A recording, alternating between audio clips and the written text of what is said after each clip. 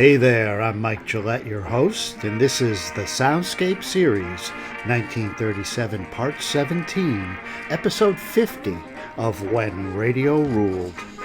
This podcast is a montage of excerpts from old-time radio shows, performed live and broadcast August 29 to September 5, 1937, starring Don Ameche, Charlie McCarthy, Edgar Bergen, Dorothy Lamour, W.C. Fields, Pinky Tomlin, Fibber, McGee and Molly, Benny Goodman, Eddie Stanley, Ida Lupino, and more. Featured songs include Don Ameche, Dorothy Lamour, and Charlie McCarthy, Have You Got Any?, Pinky Tomlin, The Love Bug, and Stop Breaking My Heart, and the Benny Goodman Quartet, a supergroup made up of swing and jazz legends, Lionel Hampton, Teddy Wilson, Gene Krupa, and Benny Goodman, with an especially hot version of Vibraphone Blues. As always, this soundscape consists of best of clip reels compiled from old-time radio broadcasts as I go through the research and writing phase for the When Radio Ruled historical documentaries. These excerpts are offered without commentary for your entertainment and education. So here are voices from 1937, voices sadly now silenced, great performers, living again because you're listening to them perform live now.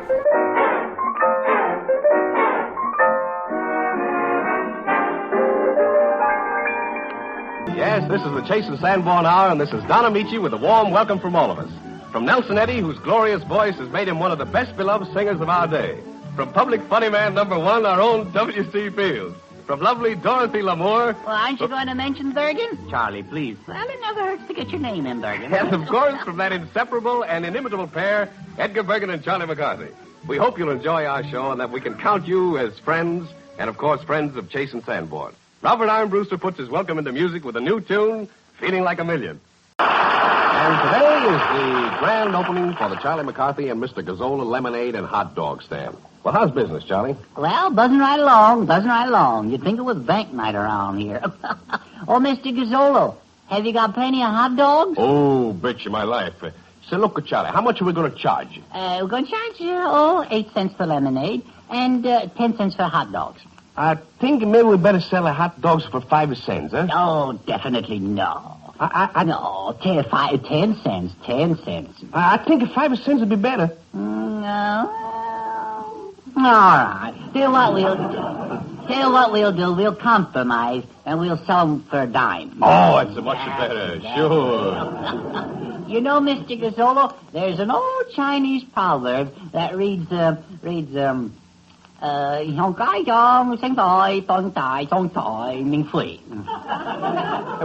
does all this mean, huh? Well, when you translate it into English, it means if you can't sell hot dogs for 10 cents apiece, they ain't worth handling. Oh, that's right. Sure. Smart people is the Chinese engine, huh? Oh, very brilliant, yes.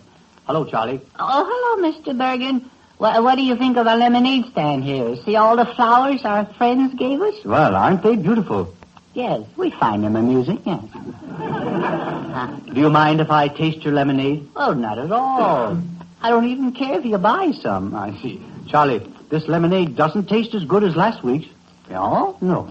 That's funny. Can't understand that. It's the same lemonade.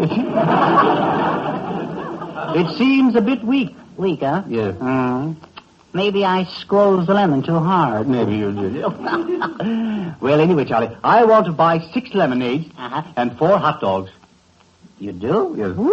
Whoopee! How much will that be? Oh, boy, buzzing right along. Let me see. 6 lemonades and 4 hot dogs. How much is that, Mr. Gazzolo? 6 lemon dogs at 4 times 10 cents apiece, huh? It's 4 times 4 cents. 40 soldi,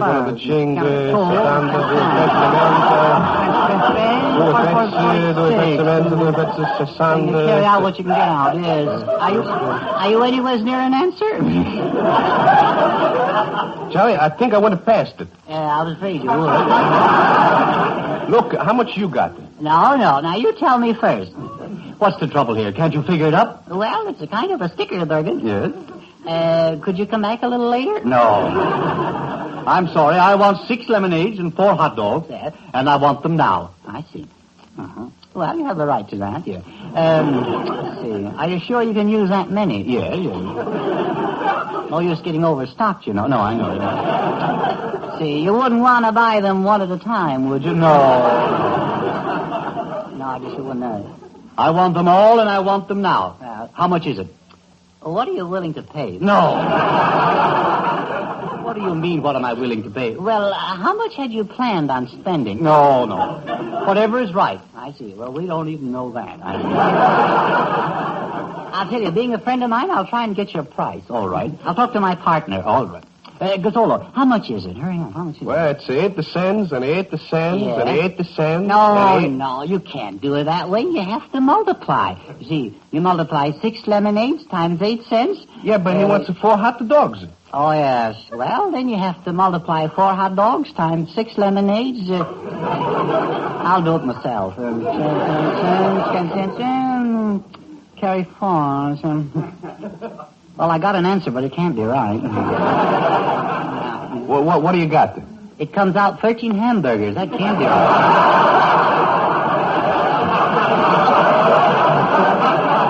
Yeah, I can't. I think maybe I forgot to carry the mustard. Well, look, give it some piccalilli on the side. That always good, yeah. Look, here's a pencil with an eraser on the one end of it. Yeah, what we need is a pencil with a brain on the end of it. Are you or are you not going to sell me that lemonade? Well, I'll tell you what I'll do, Bergen. I'll give you a bowl full of it for $1. Oh. For another quarter, I'll throw in Gazzolo. No. Would you rather that I drop back in 10 minutes? Well, we may not be in business that long. Charlie, Uh-huh. how much profit are you showing in this business? Profit? Yes. If it doesn't pick up, I'll starve, Bergen. Is that so? Yeah. Well, you can always drink the lemonade. Yeah. I'll starve before I'll drink that stuff. Mr. Bergen, you're a friend of mine. Yes. And as a friend of mine, I would like to see you a part owner of this lemonade stand. Is that so? Yes, as a friend of mine. A part owner? Yes, as a friend. I see. You mean you need money? Must you be so blunt? The fact of the matter is, Bergen, we need a backer. A backer? Yes, for a new lemon. I see.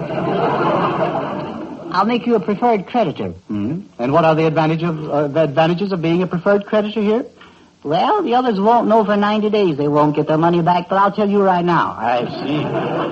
Well, before I can invest any money in this business, I must see the books. The books? Yes. Oh, you want books? Yes. What do you read? Fiction or non-fiction? I want to see the financial statement of this business. Oh, yeah, you want fiction. I see.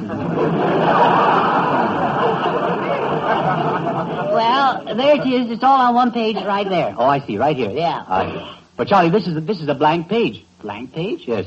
Oh, excuse me. That's yesterday's business. Yes. Here's today's business. Oh, yeah. Well, this page is blank, too. Is that so? Well, that shows you, Bergen, we're holding our own. Yeah. Now, Charlie, tell me the truth. Uh-huh. What are your assets? Well, I'll tell you, Bergen, we have lemons, 15 cents, sugar, 10 cents, and charity, 20 cents. Oh, I see that. And what is this 20 cents for charity? Well, it's a needy cause. It's for the FELSO. And what is this FELSO? It's the Financially Embarrassed Lemonade Stand Operators. Oh, I see.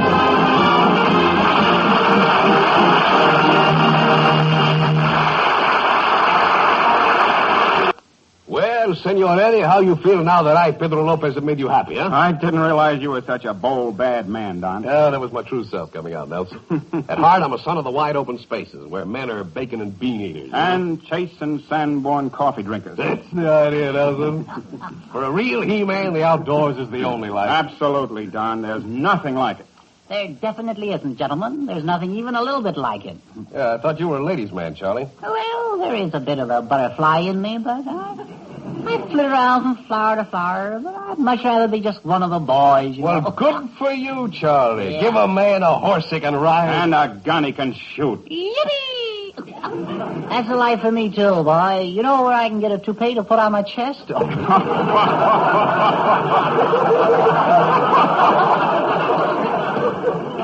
Oh, Charlie. Hey, Dorothy Lamour's calling you, Charlie. Oh, why did I encourage her in a weak moment? Are you almost ready to leave, Charlie? Not now, Dottie, no. We men are talking, Dottie. All right, I'll wait. You better not. You better run along, Dottie. You see, we're discussing things you wouldn't understand. Men among men, you know how 'tis. All right. Goodbye, Mr. McCarthy, and don't think I'll forget this. Uh-oh, now you made her mad, Charlie. Pooh. That's all I say, just pooh. Oh, that's the spirit, Charlie. Don't ever let a woman get you down. Silly girl, silly girl. Just another moth around the flame, that's all. Well, still, Dorothy is rather a charming girl, Charlie. Yes, but you know, I'm more of a man's man, you know. Isn't it fun, all of us pals together, huh? Rootin' pals, shooting pals. Yeah. And tootin' pals. Let's not forget tootin' pals, you know. Yeah, I wish I'd brought my pipe along. I always like to fire it up during a conversation like this. What do you smoke, Don? Oh, usually a mixture of shag and Navy cut plug. That's so. I smoke a blend called Tiger's Breath. Have you fellas ever tried corn silk? Mexican tobacco is very good, too, Nelson. I grew quite fond of it when I was down in Mexico on a fishing trip. Well, what did you use for bait, Mr. Ameche? Cucarachas? Speaking of fishing, Don, I'll never forget the time I caught a giant barracuda down in Florida. 45 feet long. Oh, boy, that's almost as big as the tarpon I landed in Tahiti. 52 feet long. Uh-huh. So you're going to start that sort of thing, are you? I'm afraid I'm out of this, boys. You have the reach on me. One of the biggest thrills I ever got was when I went after salmon in Canada, wearing hip boots. Salmon wearing hip boots? I thought they lived in cans. Very evident you know very little about fishing, Charlie. Well, only deep sea fishing. I remember when I was fishing for tuna off the coast of Catalina. Say, Nelson, have you ever fished off of Buzzard's Bay? No, Don, I like the Adirondacks better. Well, sir, I was fishing for tuna off the coast of Catalina. So what? I was just fishing, that's all. Men among men, you know. Go ahead. Spell it. Well, sir, one day off Catalina, or did I tell you it was Catalina? Yes, I guess I did. I met the biggest tuna you ever saw in your life. Well, sir, we fought for hour after hour. Yeah. Yeah. You don't believe me? No. So, we fought and from dusk until dawn, you know. Well, go on. And from sun up to sundown, see. Well, sir, fellas, for a while there, that fish almost had me. Almost had you, Charlie. Yes, sir, but I finally cut the line and got away.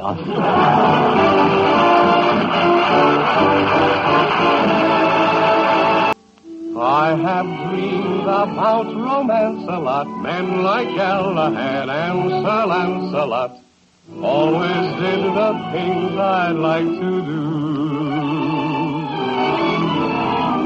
Physically, I'm not as durable, but romantically, I'm incurable. And I'd like to do the same for you. Have you got any castle that you want me to build, baby? Have you got any dragons that you want to have killed, baby? I'll get into my 70 boots. I'll get into my bulletproof suits. I'll get out my revolver that shoots. And rat-a-tat-tat-tat, down they'll go. Have you got any mortgages you want to have paid, baby? Have you got any bills that you want to have laid to rest? After all my adventures are through, and to bring home a dragon or two, you can tell all the papers that I did it because I love you. That's very romantic, Don. But men aren't the only ones who can do things nowadays. Now listen. Have you got any mountains that you want to have climbed, baby? Have you got any oceans that you want to have swum, baby? I'll get into my 7 boots. I'll get into my rover and shoes. I'll go over the waves. I'll go over the waves. Splash, splash, have you got any continent you want me to fly, baby? Oh, there just isn't anything I wouldn't try for you. After all my adventures are through, and I hang up a record or two, you can tell all the papers that I did it because I love you.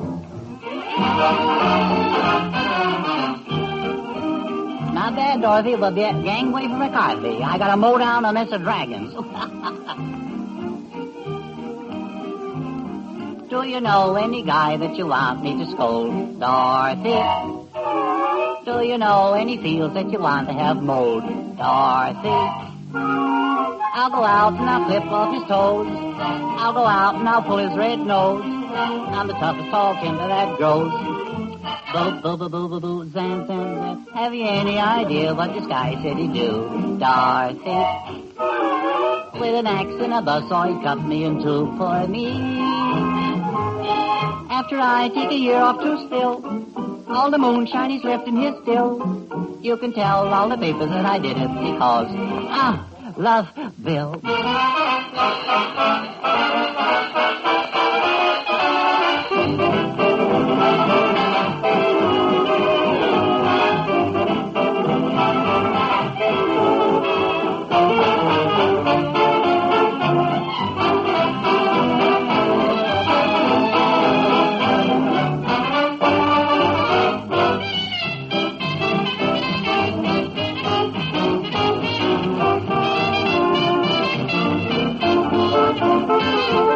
After all my adventures are through, and I bring home a dragon or two, you can tell all the people that I do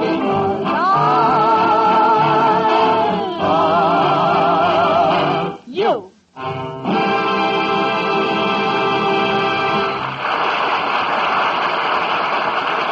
He called my sister Della as she passed. He says, you have a very trim ankle, Mrs. Frobisher. Did your sister have an answer for that one, Bill? Oh, yes, she did, Don. I'll say she did. Yeah? Oh, she said, Yeah? oh, gosh, I wish I could think of what she said.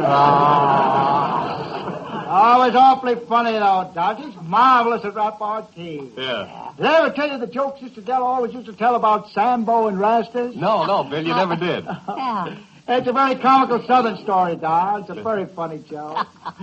Comical Sambo would say to Rastas, who was that lady I saw you on the street with today? Yeah, Bill. And she'd, I wish I could think of that answer. That's disgusting. I'd give anything if I could think it was funny. It was original, too, Don. Yeah.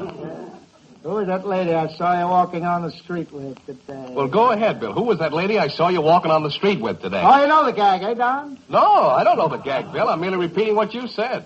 Oh, I thought you didn't know. It's awfully original, Don. It isn't much help, though, if you don't know the last part of it. That's the most important part, Don. Who is that lady I saw you on the street with today? I got the answer right in the tip of my tongue. Well, come on, Mr. Field, spit it out there. Cease, Charles, cease. You know, Charles, I love you. Thank you, Mr. Field. You know why I love you, Charles? No, I don't, Mr. Field. I love you because you never change. Thanks. You're always the same. Thank you. That dirty little rat. Yeah. Who is that lady I saw you on the street with today? Oh, I know. It wasn't a street, it was an alley. Yeah, that isn't the answer, Charles. You wouldn't admit it anyhow. No. That isn't the answer, you unprotected whiffle tree. What? Who is that lady? Well, the first part's good anyway, don't you think so, Don? Oh, undoubtedly, Bill. Well, never mind. Go ahead with the show. Say, Bill, tell me more about your brother, Flobert. Flaubert. Yes, you don't speak French, do you, Don? He's the most persevering fellow I've ever known, Don. He has what they call tenacity of purpose. Refuses to give up. Very persevering, huh, Bill? Giving up. Yes, he is, Don. He's been looking for work now for 30 years. Except, of course, when he's on a holiday or resting. You know, Don, he's known as America's sleepheart. Do you hear from him often, Bill? Didn't say it loud enough. Oh, yes, he writes to me regularly, Don. Every 2 or 3 years. I get an 11 letter from him, Don. Is that so? Is he your little brother, Bill? Oh, yes, he's a little brother. He's been short all his life. Here's one of his letters, Don. I'll read it. Oh, I'd like to hear it, Here's Bill. an excerpt. He writes, things are awfully expensive, brother. Everything is going up. I drove up to the poorhouse in my new Rolls-Royce car to see Mother Sunday. Will you send me a little deviant? He's a great boy, Don. Yes, Bill. Oh, here's the first part I want to read. Just keep thinking how I love you. Money isn't everything. Money can't buy love. Your loving brother, Flopez.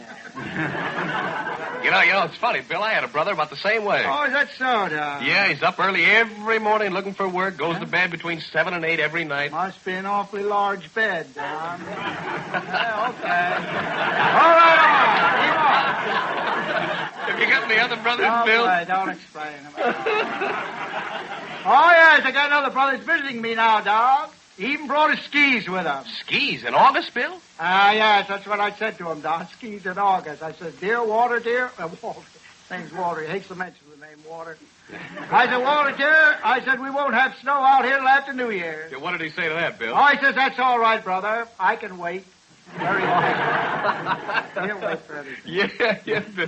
Is Walter the brother who drinks so much, Bill? Oh, that's the one, Don. Yeah. I said to him, Walter, you know I despise intemperate people. People who drink too much, if that's possible. Did you talking to him do him any good, Bill? Not the slightest bit, Don. The last time I saw him, I told him he was ruining his stomach. And did he say he'd stop drinking then? No, Don. He said he didn't mind ruining his stomach. Said nobody will see it through that old tweed suit you gave me. Very thick suit, Don. Well, tell me, Bill, how many people are visiting you? Oh, just immediate family, Don. About 175. About 175? Did you serve dinner to all those people? Oh, yes. But the dinner had dire consequences, Don. Dire consequences. I had to fire the cook. You did? Why, Bill? Well, she was preparing a little dish of spaghetti with brandy sauce. Spaghetti with brandy sauce. I never ate a dish like that, Bill. Oh, neither did I, Don. When I went into the kitchen, I found the cook had drank, drank He drank all the brandy and was knitting a sweater out of the spaghetti. Ketchup and grated cheese all over the front of it. Well, what did the other guests do for amusement? Oh, we played games, Don. Post office. I seen them enjoy the kissing games immensely.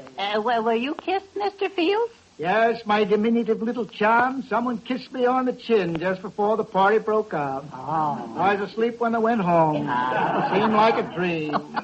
I wish I could have been there for the kissing games, Mr. Fields. Yes, Charles, if you were a sprig of mistletoe, a self-respecting man wouldn't kiss beautiful Dorothy Lamour if she was standing beneath you. Wow, listen to that. Bill, what other games did you play? Oh, we played pass the bottle, Don. Pass the bottle. I'll throw the bottle. Someone hit Sister Dell right in the eye with a bottle. Oh, that was terrible, Bill. Oh, that wasn't so bad, Don. The terrible part was there were 2 drinks left in the bottle. It was fortunate, however, that he hit her with a bottle. Bill, fortunate that he hit her with a bottle. Yes, Don, she was standing right in front of an expensive stained glass window. Oh, all right, Bill. Tell me, were there only relatives at your party? Well, that beautiful blonde turned up again, Don. Well, where did she come from, Bill? I don't know. I just opened my wallet, and there she was. I might have married that girl, Don, if you hadn't insulted me. Well, I can't see how anybody could insult you, Bill. No, it's what I don't know how to take that, Don. Well, what did she do? Well, you know that beautiful You know that beautiful alligator skin bag I gave her for Christmas? Yeah, Bill, didn't she like it? Don, she looked me right in the eye and said, "Thank you, Billsy Wilsey. As long as I live, I'll never understand how such a beautiful bag could come from such a slimy-looking beast." As she did, Don. Were you flattered, Mr. Fields? I was mortified. Oh. Charles, how would you like me to slice you into a Venetian blind? Venetian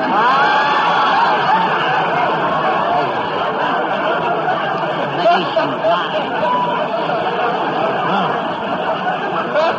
No. That's the worst one yet. That makes me shudder.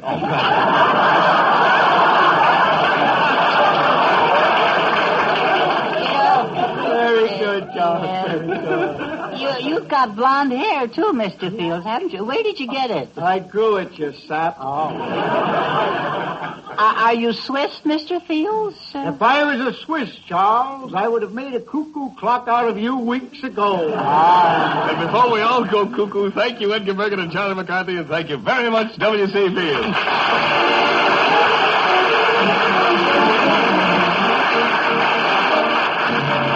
But life is not all frolic and frivolity. Business must go on as usual.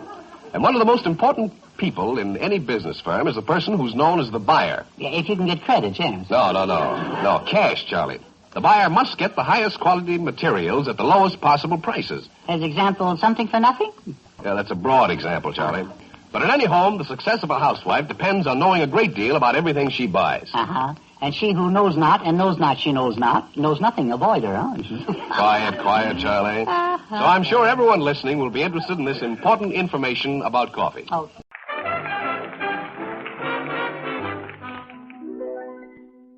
Listen, all you people, you'd better beware. Love's an epidemic, and it's in the air. It's a thing that gets you, even though you're very smart. So take some good advice, go out and vaccinate your heart. The love bug will bite you if you don't watch out. If he ever bites you, then you sing and shout, you go carry me back to old Virginia. That's what love is all about. The love bug will bite you if you don't watch out. If he ever bites you, then you sing and shout, you'll go da-da-da-da-da-da-da-da-da-da plug. That's what love's all about. You can't eat, you can't sleep, you'll go crazy. You'll just la-di-da-di-da all day. If someone wants to know why you're crazy, you'll answer, da-di-da-da-da-da-da-da-da-hip. The love bug will bite you if you don't watch out. If he ever bites you, then you sing and shout, you'll go way down upon the Swanee River. That's what love is all about. The love bug will bite you if you don't watch out. If he bites you, baby, then you sing and shout, you'll go, I love you truly. That's what love is all about. Ooh, the love bug will bite you if you don't watch out. If he bites you, baby, then you sing and shout, you'll go, can it be the trees that fill the breeze? That's what love is all about. You can't eat or sleep, you'll go crazy. You'll just la-di-da and woo-hoo-hoo all day. If someone wants to know why you're crazy, you'll answer, dee-dee-ba-dit-da-da-dee-dee-da-da-da-da-da. The love bug will bite you if you don't watch out. If he bites you, baby, then you sing and shout, you go, darling, I am growing older. That's what love is all about. If you hear that noise buzzing around, just Mr. Love Bug going to town.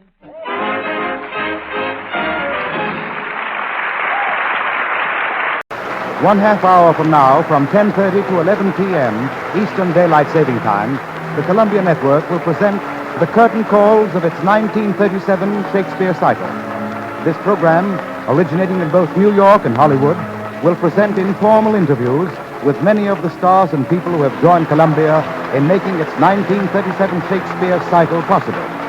Also from Hollywood, you will hear an important announcement from Cecil B. DeMille concerning the plans of the Lux Radio Theater when it returns to the air 2 weeks from tonight on September 13th. Don't forget, one half hour from now, the curtain calls of Columbia's 1937 Shakespeare cycle. This has been another presentation of the Columbia Broadcasting System.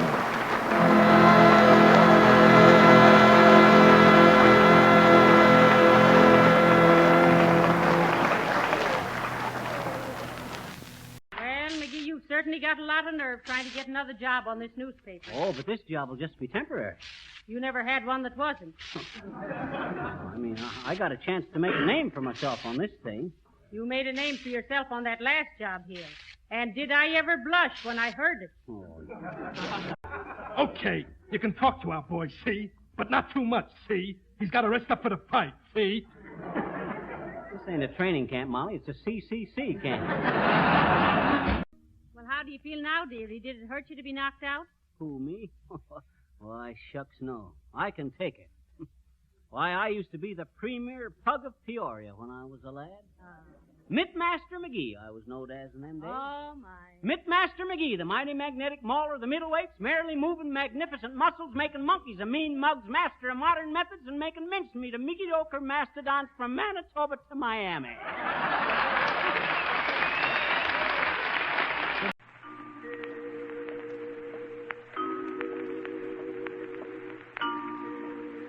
here's a rhythm that's really basic. By way of New Orleans honky-tonks and early jazz, it has worked its way up to the Goodman Instrumental Quartet.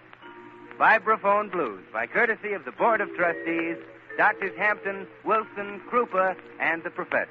Take it stone soft, boys.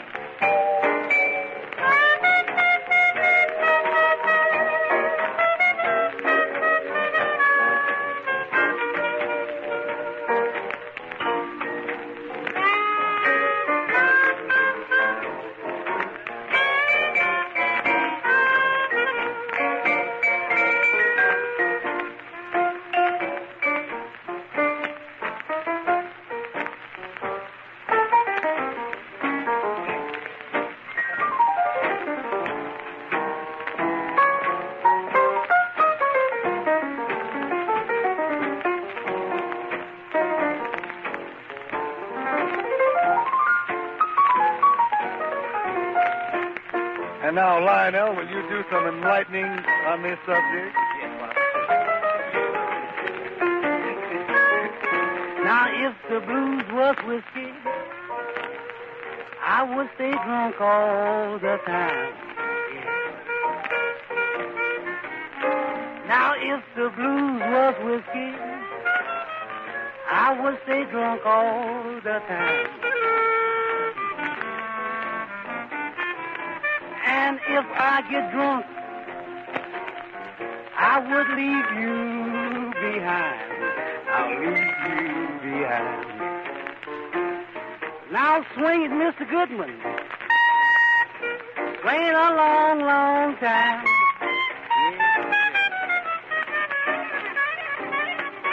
Play it, Mr. Wilson. Play it a long, long time.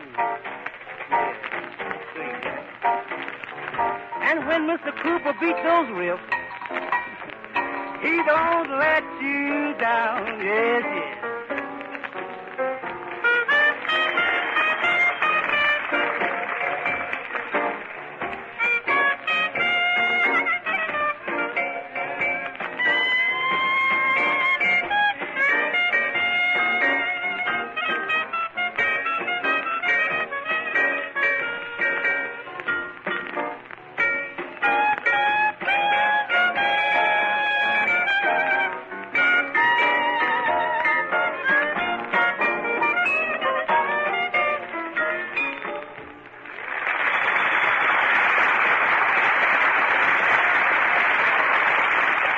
Ladies and gentlemen, due to operating difficulties, there's been an interruption in the program of Texaco Town. Undoubtedly, we shall be able to resume this program in a moment or two. In the meantime, we present an interlude of organ music.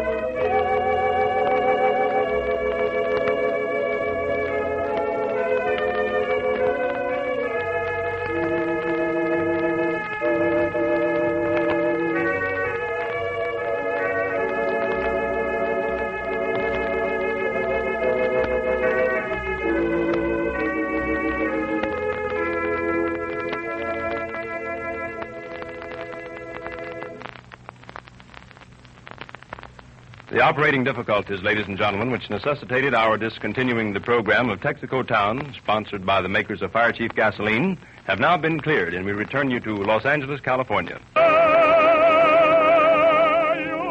Now, I'm going to do something for all of you. First, I'm going to build a big mansion, a place for folks like you, Seymour, and you, Stanley. Oh, what kind of a place? Well, it's a home for broken-down comedians and slightly used stooges. Yeah, here's the blueprints. How do you like them? Oh, let me see the plans.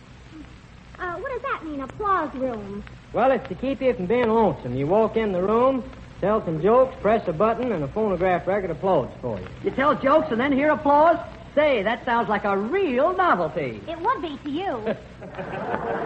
Yeah, this is the room here you'd be interested in, Stanley. There's 30 department store dummies, all holding autograph books. Yeah, and whenever you feel the urge, you just walk in and sign your name. Stanley, when you go in that autograph room, you better lock the door. To keep the other comedians from walking in? No, to keep the dummies from walking out. Now, look, everybody, I've decided to give each one of you folks a little present. Seymour, what do you need most? Well, there's a $10,000 mortgage on our home. I'd like to have it lifted. Here's $20,000. Have your face lifted, too. Now, Mr. Renard, I got you all set, too. From now on, you won't have to walk to work anymore. No, sir. A chauffeur and a big automobile will take you to work and bring you home every day. Oh, that's wonderful, Pinky. Thank you. Ah, that's all right. Here's a season pass on the Hollywood Boulevard bus line. What do you got for me, Pinky? What do you got for me? Eddie Stanley, you've worked pretty hard in your time, ain't you? Yes, sir. For 15 years, I've had my nose to the grindstone. Boy, that must have been some schnozzle when you started. Quiet, Seymour. Pinky, you know the doctor told me I was in bad shape and suggested I have my adenoids removed. Now, here's $500. My tonsils have to come out, too. Yeah, here's another $500. And then my appendix has to come out, and then after Stanley, that'll be enough out of you, brother. You're a millionaire again. Do you realize what that means, Pinky Tomlin? What? Why, it means that now you can live like a real king. But, Seymour, I don't want to live like a real king. You don't want to live like a king? No, ma'am. From what I've been reading in the papers, it's a lot more fun living like an ex-king.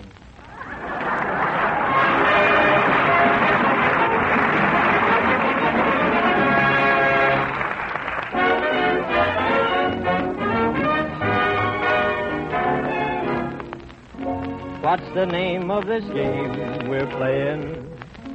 Luck is going your way, hooray. You keep winning, and I keep losing. Now I'm refusing to play. Stop, you're breaking my heart. This joke is going too far. Come out wherever you are. How come you like to do me like you do me like you do?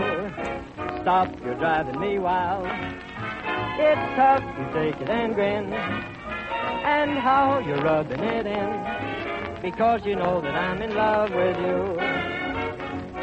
I'm so, you're so. Oh, I don't know, I'm just losing all hope.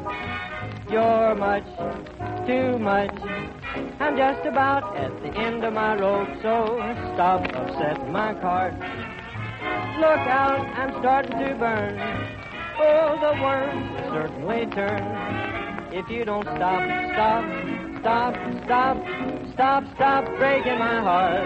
Oh, stop, you're breaking my heart. This joke is going too far. Come out, wherever you are. How come you like to do me like you do? Stop, you're driving me wild. It's tough to take it and grin. And how you're rubbing it in. Because you know that I'm in love with you. Ooh, now I'm so, you're so. You can do it all. It's much, too much. I'm just about at the end of my rope. Stop upsetting my cart. Oh, look out and start to burn. Oh, the worm will certainly turn. If you don't stop breaking my heart. Oh, stop. This is the Chase and Sanborn Hour, and this is Don Ameche welcoming you for all of us. For Nelson Eddy, whose magnificent voice has made him one of the most important figures in the musical world today. For the ace of comedians, our own W.C. Fields. Yeah, he's an ace and I'm a joker. We're a couple of deuces wild. Continue dealing, Mr. Ameche. Well, since you've handed me the deck, Charlie, I'll deal a pair of queens. Our guest, Miss Ida Lupino, who walks away with new honors in her latest picture, Artisan Models, and our own lovely Dorothy Lamour. Ah, my queen of hearts. What a hand to hold. Oh. And to make it a full house, there's Robert Armbruster and, of course, Edgar Bergen and Charlie McCarthy. We hope you'll enjoy your visit with us, and we hope, too, that throughout this week you will enjoy Chase and Sanborn coffee. Take a look at Edgar Bergen, will you? Looks as if he'd been through a real nightmare. Probably that little nightmare Charlie McCarthy is after him again. Oh, is that so? I heard that last crack there. Well, you can't pin that on me. I haven't seen Bergen all week. No, now, Charlie, you know I've been very busy. Is that so? Yes. And there are so many little things, that take up so much time. Isn't it true? Yes. Yes, so many little things take up so much time. That's pretty good. Yes, well, I saw you with one of those little things down at the Coconut Grove. And she wasn't so little either. Well, am I right or am I right? Well, if you must know, I have met a charming young lady. Oh. Yes, and I have, shall I say, been entertaining her with, shall I say, some degree of success. Well, did you, or are you just, shall you say? Well, be definite. Have you seen her often? Well, only about 4 times the past week. Only 4 times. Mm-hmm. Are you courting her or are you haunting her? No. Now, Bergen, come clean now. Tell me everything. Everything? Yes. It still may not be too late. Oh, I see. Well, I'll tell you, Charlie. This girl is different. They all are, lad. I see. Different. Tell me more. Fool, all right. Well, this girl of mine, she doesn't care much for the glamour and the nightlife. She prefers the simple things. Bergen, you're sitting pretty. Tell me, did you kiss her? Yes. Well, liar. All right. Well, Oh, come now. Remember, we're pals. Yes. I won't talk. No. Well, The suspense is awful. Did you? Well, Oh, come.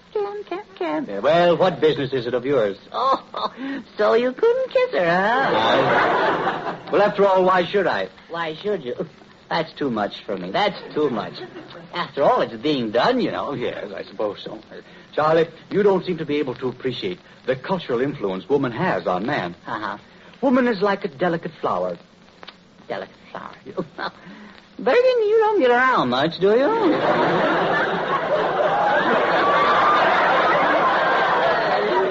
He's so naive, isn't he? Delicate flower. That's all well and good, but that can be carried too far, I see. Well, now, I'm not going to tell you any more about her. Oh, you're not? No. Well, why? I always tell you about my girls. Of course, I have something to tell, Lloyd. Well, this girl of mine, she will undoubtedly go into pictures. Yes? Yes, she says she can act. She says she can act? Yes. Well, then, you can be sure she can if she says so. Yes. I've offered to help her get in pictures. That's nice. Yes, but it's so discouraging. Isn't it? Yes. So I gave her a pair of silver foxes, just to cheer her up. Oh, isn't that sweet? Yes. I imagine she likes me a great deal, or she wouldn't have accepted them. Yeah. Pardon me. Go on, won't you? Charlie, frankly, do you think I'm foolish? Bergen, I have nothing to say, and this is the time to say it. Well, she phoned me this morning to tell me that she received my billet-doux. Your what-a-boo? Billet-doux. No. Yes.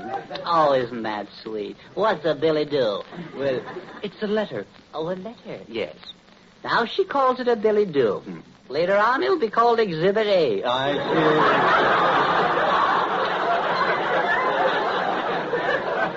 How old are you, Bergen? Well, I'm in my early 30s. That's too bad. You're too old. Too old for what? For me to tell you what every young man should know. Then why don't you get married, Mr. Bergen? Well, why? Well, you might as well. You have that worried look already. In fact, you're the most married-looking single man I've ever seen. Yes, sir, I've decided you should get married, Bergen. I should? Yeah. Well, maybe you're right. I know I'm right. It's a shame to waste a face like that. Oh, that's it.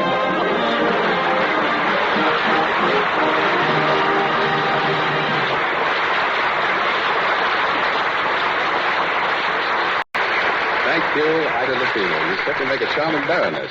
And if your ardent young admirer, Charles McCarthy, will only be patient a bit longer, we'll see that he gets his chance to co-star with you in the very special, super dramatic opus he has written for you. But first, let me say that the Chase and Sanborn Hour with W.C. Fields, Nelson Eddy, Edgar Bergen, and Charlie McCarthy, and Dorothy Lamour will continue in just a moment.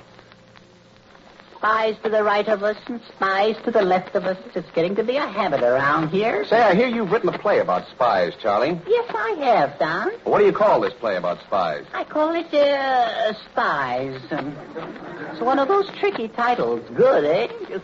The scene is the ballroom of the Grand Hotel off the coast of Labrador. Duke Ole Olsen, a Swedish spy, played by Mr. Charles McCarthy, that's me, is dancing with the Countess Lena Genster, a Hungarian spy. This spy is played by Miss Ida Lupino. The time is indefinite. Yeah, well, look, Charlie, what do I do? Oh, you're a spy. You lurk around. Yeah, but what do I do? Well, that's what you do. You stop and lurk and listen.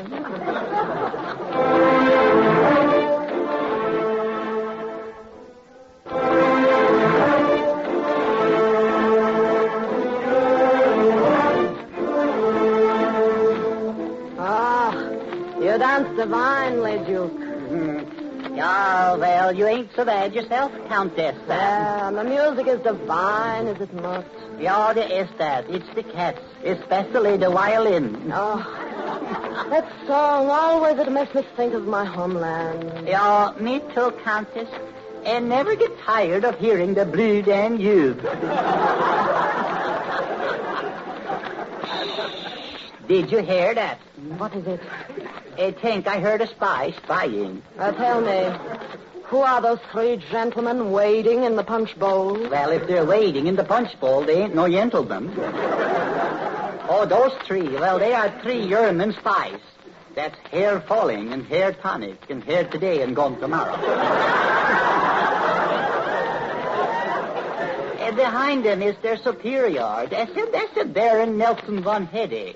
Tell me, what news from Sweden, Duke? That's bad news. That's very bad, Countess. There is labor trouble in the match factory. The matches have gone on strike. What is Sweden without matches? Norway. Yeah. My poor Sweden. Matches, always matches. Oh, how we suffer.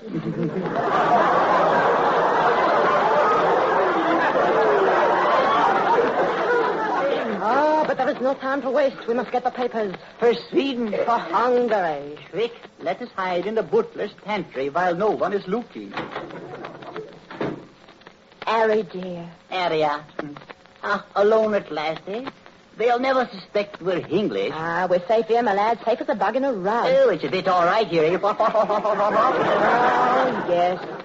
Oh, for a sight of Piccadilly Circus and a cut of roast beef. Aye, and a peep at Leicester Square and a flight of fish and chips. Oh, lovely. Let's go back, Harry. Let's chuck this old booming spy business. We can't leave now, Harriet. I must get the pipers.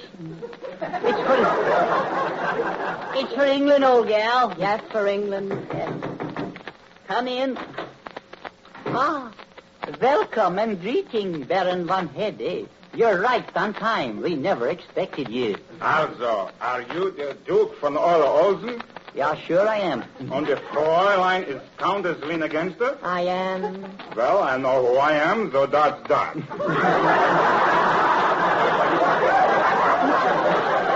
Countess, you will go to Bombay. Proceed with plan 31KX until you contact Spy F7, who will give you the further instructions concerning the campaign along line 55F office.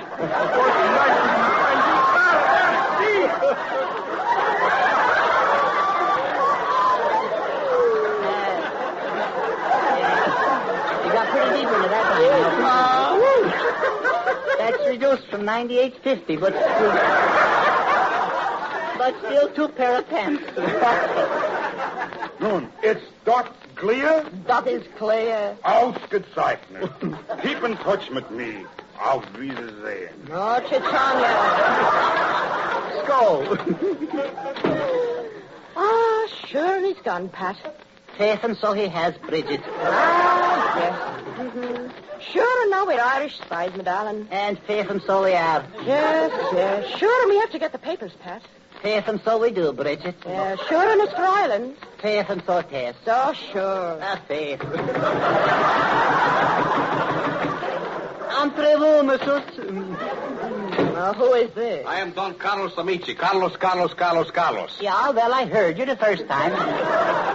Who are you? I am a spy. Well, welcome. You have come to the right place, because we are holding a convention. Then we waste no time.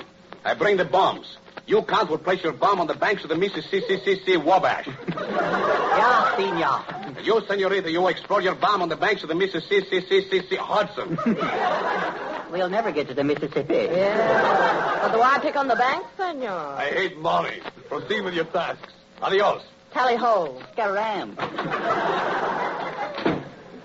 And now is our chance to get the papers. What papers? The evening papers, to see if the Giants are still on top.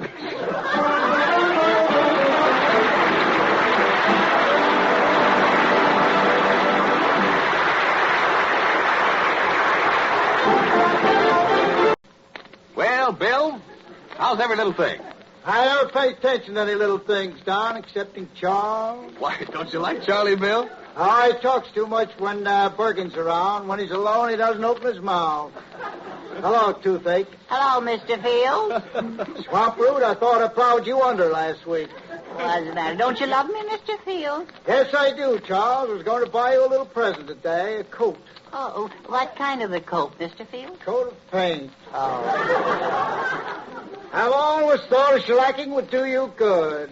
Yeah, well, why didn't you get it for me? I tossed a coin that said heads, a coat of shellac for Charles, and tails, a bottle of tonsil varnish for myself. So what happened, Mr. I Field? tossed the coin and went down the sewer. Oh. Just status quo. Bill, what have you been doing over the weekend? I bought a hotel, Don. Well, I didn't know you knew anything about hotels, Oh, Bill. yes. I used to own a hotel in Bolivia, South America. Well, how do you like the Bolivians, Bill? I love the Bolivians. I had a brother who was killed in Bolivia. Any Bolivians around here? Yes, Brother Felix Wendell Schaefer Fields. Shot at the microphone for eulogizing Bolivia. We shot through the heart from the top gallery of the theater. Shot for praising the country, Bill? Yes, he said the country was too good for the people that lived there. I love Bolivia. Well, what did they do with the man who shot you, Brother Bill? Did they hang him? No, the verdict was that the man who shot him was one of the best shots in Bolivia.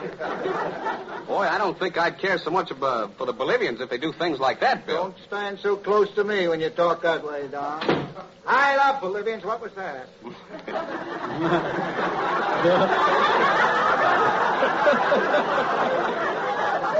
I never met a Bolivian that I wasn't passionately fond of. Oh, that was only a door slamming, Bill. I was in love with a girl in Bolivia once, Don. Oh, is that so? Yeah. I don't Bolivia.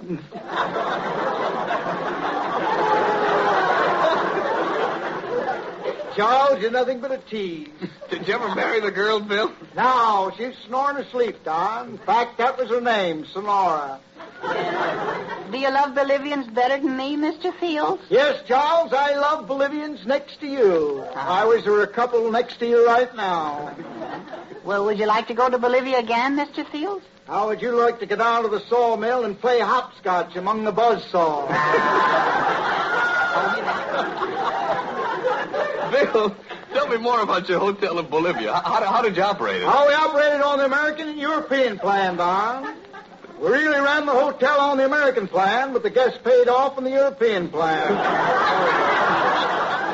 Are the Bolivians easy to cater to, Bill? Not exactly, Don. A guest in the hotel complained to me one day. Said, Senor Fields, the towels in my room are not large enough to dry your face on. Well, what did you say, Bill? I said, very well, we'll send you less water. I did everything to accommodate them, Don. Well, did that satisfy him, Bill? Now, he was always complaining. One day he said the swimming pool was so dirty you couldn't swim in it. I said, what do you think those frogs are doing, treading water? There's two windows in my room and only one screen. The flies are coming in the other window. Say, do you know, Mr. Fields, you know how to get rid of that red nose of yours? Yeah, drink until it turns blue.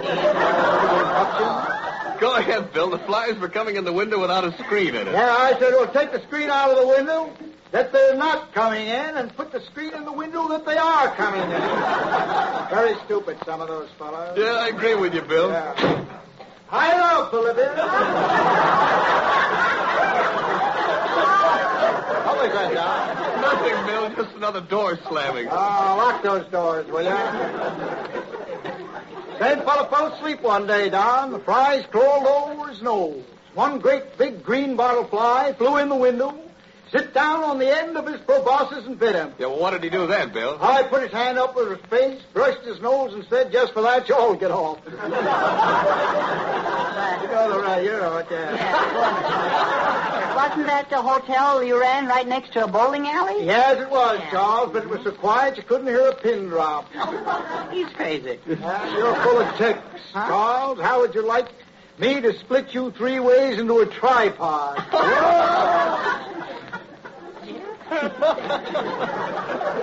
Now, my brother. Your brother? I didn't know we were talking about your brother, Bill. Ah, we will be from now on. I love Bolivia.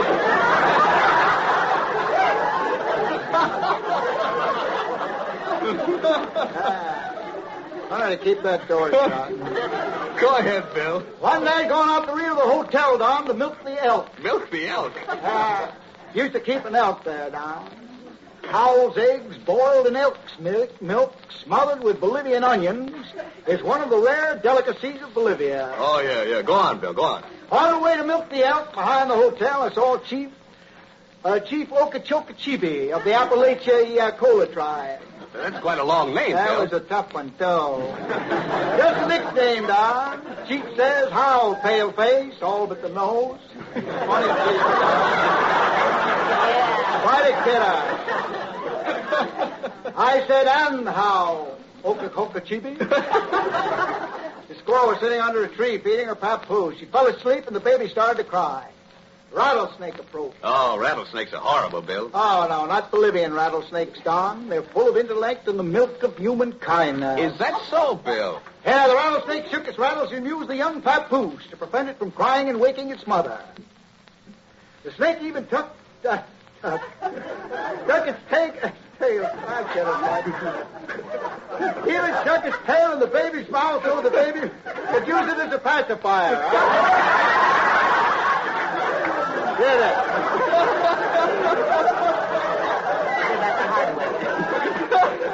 Is that a true story, Bill? I beg your pardon, Don. I said, is that a true story? If it isn't, I hope Charles breaks his leg. Both of them.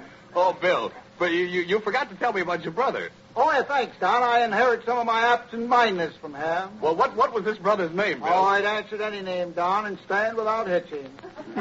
Lost his mind from playing marmalade-peg. Well, did he ever get it back again? Oh, yeah, lost his mind. He forgot to play marmalade-peg and got his mind back again. But he's quite a student, Don. Well, what did he study, Bill? Oh, at the graduation exercises, the dean called my brother. Dizzy Dean, I know. No, Charles, call Hubble. Oh.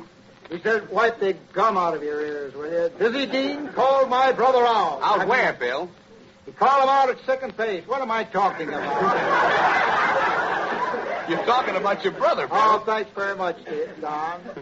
The dean said to my brother Hamilton. Oh, his name is Hamilton, is it? The dean said, Hamilton, you're now a full-fledged doctor. Boy, I bet your brother was proud of that. Huh? No, Don, he wanted to be a lawyer. The dizzy dean said, "But, my son, you have just completed 4 years in medical college." So what did your brother say to that, Bill? He said, "I came here to be a lawyer, and I'll stay here until I am one." It was all mixed up, Don. He had Momley Peg on the brain. Did he ever pass the bar? That was his trouble. He never did. Went to cut a man's appendix out once. After the operation, the patient said, "You forgot to cut out my appendix." So what did your brother say, Bill? Says, "What do you think this is in the jar?" The patient says, "Look at him yourself." Did your brother look at him? He did. He said, "Great heavens, I've removed my own appendix." That's Crazy. terrible, Bill. I have a brother. He was pleading a case once, and he was so absent-minded he saw it off the judge's leg. The jury laughed immoderately. No response from the Boy, he audience. certainly was absent-minded. Yes, he took after my cousin Penelope in that respect. Well, you never told me about your cousin Penelope. Oh, Was she pretty, Bill? Our face was so wrinkled, she looked like 7 miles of bad road. She had so many gold teeth, Don, she used to have to sleep with her head in a safe. Died in Bolivia. Oh, Bill, it must be hard to lose a relative. It's almost impossible. Bill, tell me, whatever made you leave Bolivia? I don't know, Don. I haven't found out to this day. I went to the governor's ball at Paz, Bolivia one night. I woke up in the hospital next morning in Cucamonga, California. Well, what happened, Bill? I threw the covers off my pad and reached for the bell. The nurse came in and said, "You've broken all cross-country records between here and Bolivia, and you're the only man alive who ever jumped clear across the Panama Canal." Says, "Whatever made you try to kiss the governor of Bolivia's wife?" Oh, well, that was a silly thing to do, Bill. Whatever made you do it? I don't know, Don. Must have been something I drank. Yeah. How far is Bolivia from Cucamonga, Mr. Field? Just one night's run, John. Can I stay at your hotel, Mr. Field? Yes, you can stand in the corner. I'll drive spikes in your head, and you can be the official hat rack. Now, Bill, don't pick on Charlie that way. Oh, he can't hurt me, Mr. Ameche. I belong to the CIO. CIO, eh? Can't injure Oaks. No. Come, Charles, let me take you for a little walk. Where are we going, Mr. Field? What do you care? You're not coming back. I love Bolivia. I love Bolivia. I've forgotten the words of the song. He loves Bolivia, so thank you, Edgar Bergen and Charlie McCarthy, and thank you very much, W.C. Field.